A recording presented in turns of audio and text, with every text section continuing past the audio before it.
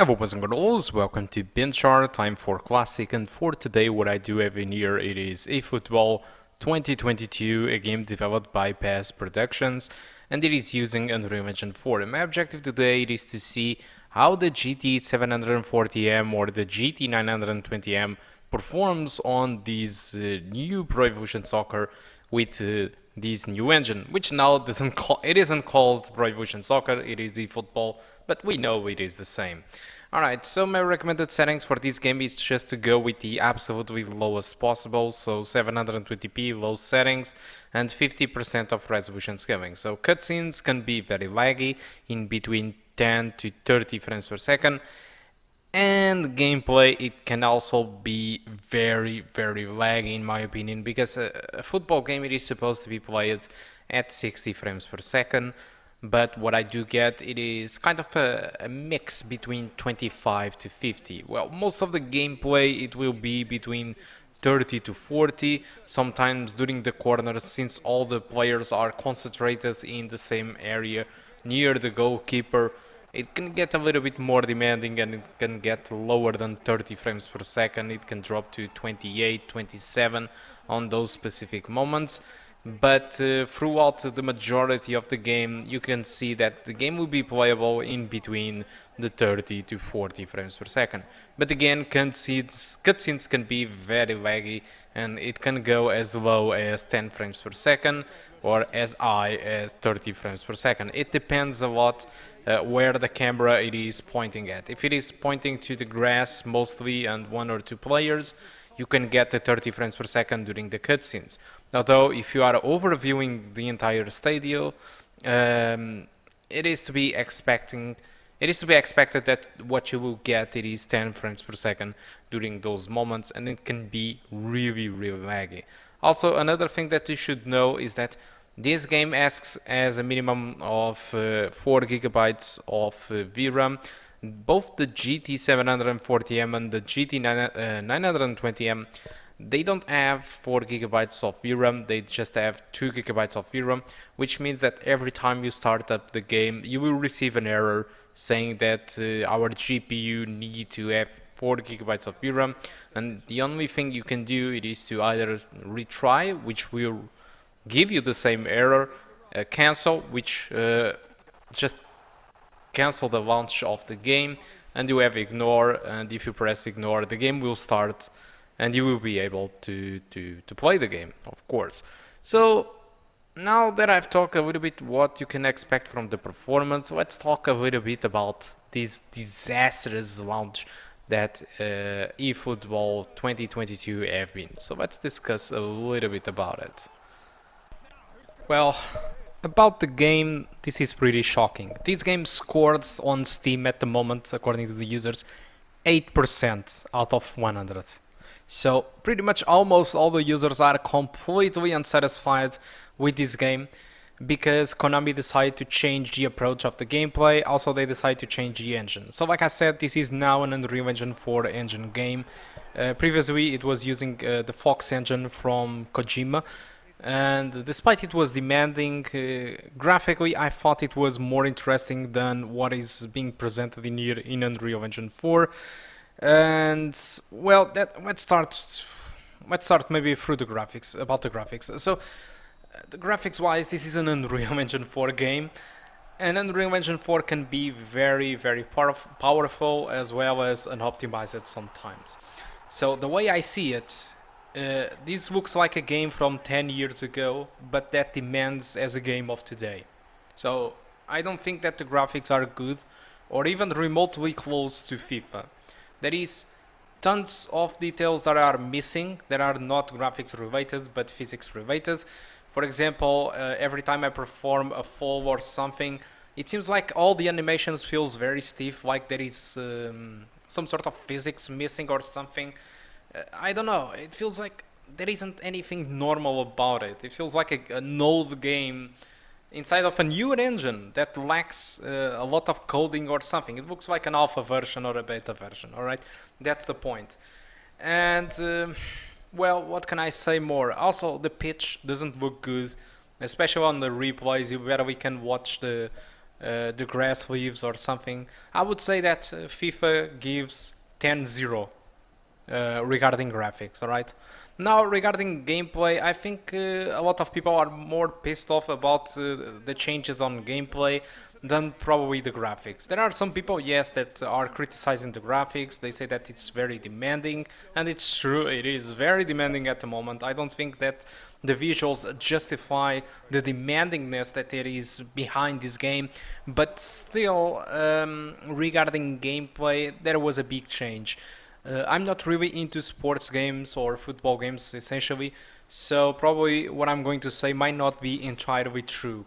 But one of the things that I always noticed when I played FIFA and Pro Evolution Soccer is that the gameplay was pretty different. So for Pro Evolution Soccer, everything felt like a little bit stiff, but it felt like a loose game. The ball was wandering around the scenario, and it was fine. FIFA, on the other hand, it felt more a slower game where the ball seemed always to be stuck to the player or something. So it was a different game. And the way I see it, it feels like Pro Evolution Soccer, it is now going after the FIFA gameplay. They are trying to replicate a little bit the slowness and a little bit the fact that the ball feels attached to the player of the FIFA than what previously was known on the Pro Evolution Soccer. And this is shocking a lot of Pro Evolution Soccer fans, alright? And when I say this, I'm not saying that they are trying to clone FIFA, they just change the way that the game works.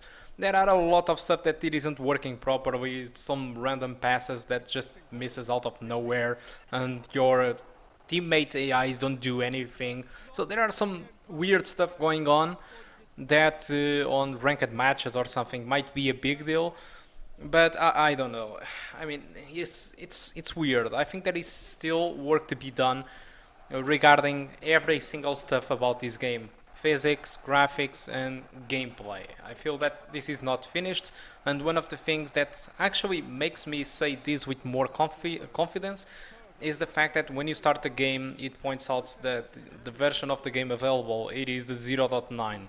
So this might be a good excuse for the fact that the game it isn't polished as it should, because it feels like a beta, and probably it is kind of an available beta that they say that it is a final version. I don't know. I don't know what the hell is going on. And the only excuse that I have for this game is that this is a free game. So you can go to Steam and download it for free. You don't need to pay anything to play Pro Evolution Soccer right now. Now, there is a catch though. Unfortunately, this is like a demo, so there is like a bunch of teams available, like Barcelona, Manchester United, and a couple of more teams available. So it's like you have downloaded the demo, and you don't have anything more than that. Now, over time, this will change with new updates, new teams and modes will be added to the game. So this game will behave more of like a game as a service, just like Destiny 2, for example. They will be adding stuff to the game, just like it happens in the majority of the games. But I think this is quite confusing because at the moment the game it is called eFootball 2022, which doesn't make any sense, because if this is going to be a game as a service, why not just call it eFootball and that's it? Because games as a service usually exists throughout tons of years, like 2, 5, 10 years, I don't know, but well, the way that the reception have been by the players about this game, well, probably it's not going to last too long.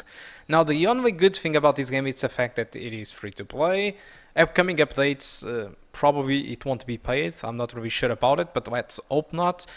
And it's available on the majority of the platforms, so PS4, PS5, Xbox One, Xbox Series, PC, and also, curiously enough, iOS and also Android.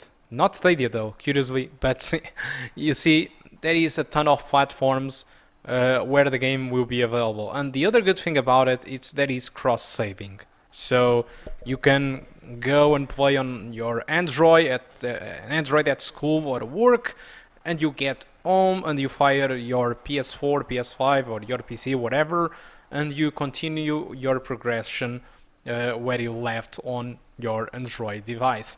which is a good thing. So let's hope that the future of eFootball gets a little bit better, because for now people are not really satisfied about it. I don't have really a good opinion about this too, but I'm not really a sports player, so yeah, I'm just going to let the main comments about the game for you on the channel, and that's about it. So guys, thank you a lot for watching, and I hope to see you soon. Goodbye.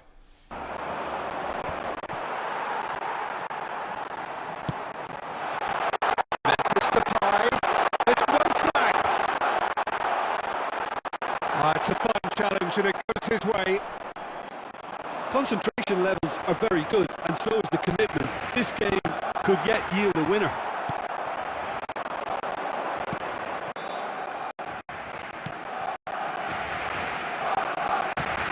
He's not going to get that. That's a foul, no two ways about it. And he has shown him a yellow card. Well, that was coming, Peter. You know, he was on a final warning after all.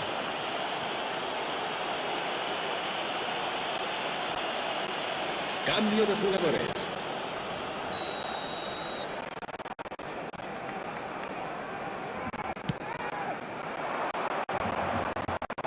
Oh, well intercepted, really alert to the danger. Manchester United merit full marks for their attitude and application in trying to win this. It means an awful lot, obviously. Gets away from his opponents. Varane with the clearance. Whistle's gone, and they've got themselves a free kick.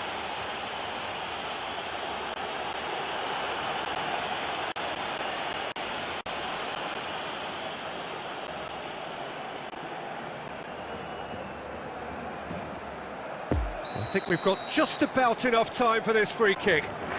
So, is it really Memphis Depay? Just too high.